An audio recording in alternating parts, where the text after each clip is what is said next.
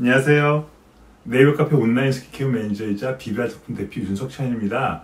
10년 이상 화장품 회사를 운영하고 네이버 카페 온라인 스킨케어라는 커뮤니티도 운영하면서 뭔가 먹먹한 감정을 느끼는데, 이것은 피부과 의사분들의 말씀에 무조건 신뢰하는 소비자들이 많다는 점입니다. 여기서 다루는 내용은 누가 맞고 누가 틀리냐보다는 피부관리에 대한 관점의 차이라고 봐주셨으면 합니다. 이외에도 대놓고 비판하는 내용도 있는데요. 이것은 여러분들이 선택적으로 수용하시면 좋을 것 같습니다. 의사분들의 주장도 일리가 있다고 제가 생각하는 것은, 의사분들은 염증 개선을 우선으로 하기 때문에 오일이 모공을 막는다고 하고 염증의 원인이 된다고 말하는 것 같습니다. 이에 반해서 저는 오일이 화장품보다 보습 효과가 뛰어나며 피부 노화를 더디게 하는 가장 좋은 아이템이라고 생각합니다. 오늘 다룰 내용은 첫째, 오일이 모공을 막는다는 것에 대한 반론이고요. 둘째, 병원 화장품에 대한 생각. 셋째, 깨끗이 세안해야 한다는 것에 대한 반론입니다. 넷째, 각질 제거에 대한 저의 생각이고요. 다섯째, 레이저 시술에 대한 기대치를 낮추라는 내용입니다. 자, 그럼 첫 번째부터 말씀드리겠습니다. 오일은 모공을 막아 염증을 키운다고 하고요. 오일이 모공을 막으니 세안제로 깨끗이 닦아야 한다고 합니다. 그러나 저의 견해는 여드름이 나고 이것이 화농성으로 변하는 것은 유전인데, 이것은 전체 인구의 10% 내외인데 모든 분들에게 이런 피부 관리 방법은 맞지 않다고 생각합니다. 저는 설사 오일이 모공은 막는다 하더라도 피부 장벽을 지키고 노화를 늦추는 최고의 아이템이라고 생각합니다. 즉, 단점도 있지만 장점이 훨씬 많다는 내용입니다. 자, 그럼 좀 더 깊게 들어가 보겠습니다. 오일이 모공을 막는다 치면 모공을 막을 가능성이 적은 것은 계면활성제나 유화제가 들어간 화장품이고요.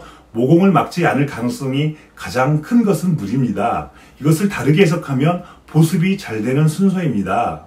여러분, 이것을 제가 다르게 설명하겠습니다. 피지는 우리 피부를 건강하게 유지시켜주는 가장 좋은 물질입니다. 근데 피지는 오일 성분입니다. 피지가 모공을 막으니 피지가 없으면 좋겠네요. 모공을 막는 피지가 없으면 그 자체로 피부 장벽이 약해지고 피부는 알칼리성을 띨 가능성이 높아집니다. 이럴 경우 애 늙은이처럼 페인주름이 생기고 탄력이 무너지게 됩니다. 제가 말씀드리고 싶은 것은 모공을 막는 정도가 가장 심한 것은 색조 화장품입니다. 색조 화장품 성분은 작은 돌가루인데 이것에 색깔을 입힌 것이 색조 화장품입니다. 이 작은 돌가루는 모공을 막는 정도가 아니라 모공에 박히게 됩니다. 이렇게 색조에 대한 언급은 적고 고장난 라디오처럼 오일이 모공을 막는다는 말만 하고 계시는데, 마케팅을 위해 오일만 언급하시는지 아니면 색조 성분이나 색을 내는 화장품 성분이 돌가루, 철가루인 것에 대해 잘 알고 계시는지 궁금합니다. 이러한 성분을 알면 모공을 막는 것에 오일만 언급하시는 않으실 것 같습니다. 이뿐만 아니라 여자 의사분들 말고 남자 의사분들 프라이머가 뭔지 컨실러가 뭔지 알고나 계시는지 궁금합니다. 염증이나 종양에 대해 최고의 전문가임은 알겠는데 피부관리에 밀접한 화장품이 어떻게 만들어지고 어떻게 구성되는지 아시면서 화장품이나 피부관리 말씀하시는지 저는 상당히 궁금합니다. 자, 이번에는 두 번째 내용입니다. 이른바 닥터 화장품이라고 하는 병원 화장품은 대부분 수분크림 계열로 매트합니다.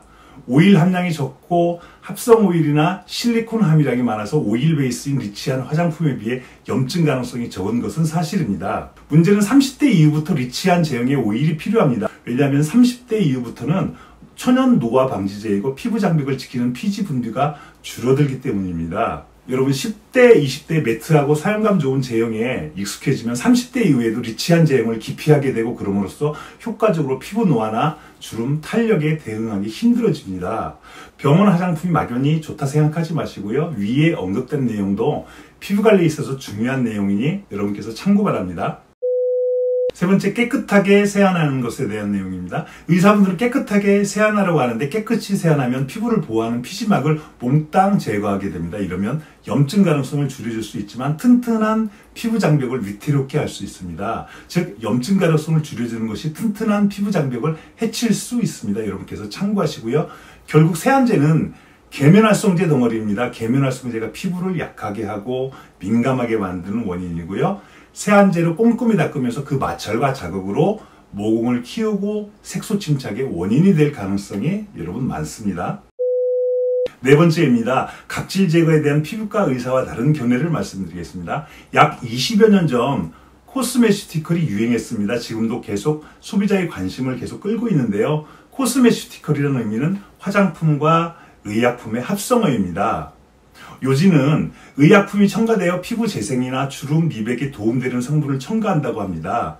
하지만 코스메시티컬이 아니더라도 기능성 성분이 들어가고요. 이른바 의사분들이 만드는 코스메시티컬 화장품의 주요한 내용은 염산이나 황산의 사촌지간인 아하나 바 등 각질 제거 성분을 넣는 것이라고 저는 이해하고 있습니다.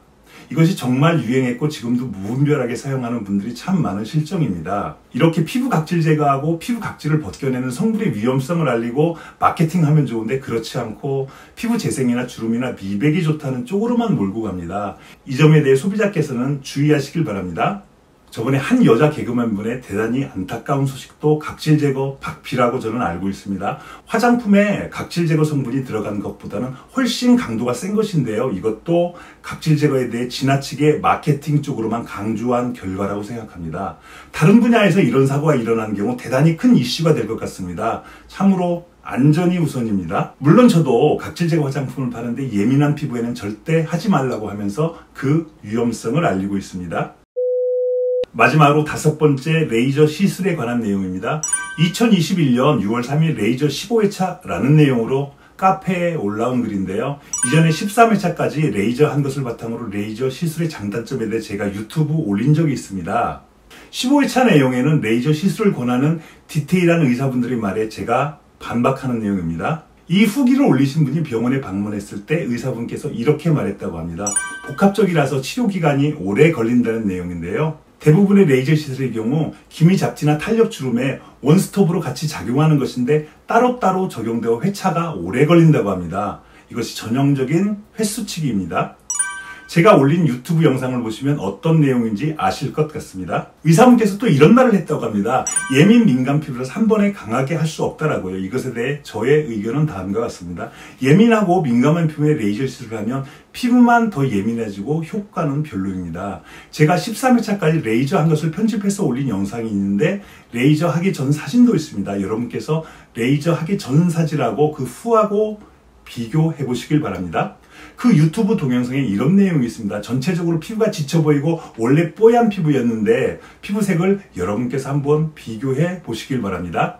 예민 민감 피부라서 한 번에 강하게 레이저를 할 수 없는 것이 아니고 여러분 예민 민감 피부인이 레이저를 당장 중단해야 할 상황입니다.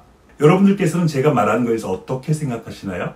여러분들께 부탁드리는데요. 올 6월 1일 날 가네님이라는 닉네임을 가지신 분이 카페에 올린 글을 한번 봐주시면 좋겠습니다. 피부가 좋아졌다는 것은 이 글에 잘 나와 있습니다. 피부가 좋아졌다는 것은 이렇게 피부가 맑아지고 매끈해졌을 때 하는 말입니다. 제가 의사분들이나 레이저 시술에 대한 나쁜 쪽만 부각시키는지 여러분들께서 현명한 판단을 부탁드립니다. 오늘은 좀 길었습니다. 끝까지 봐주셔서 고맙습니다. 감사합니다.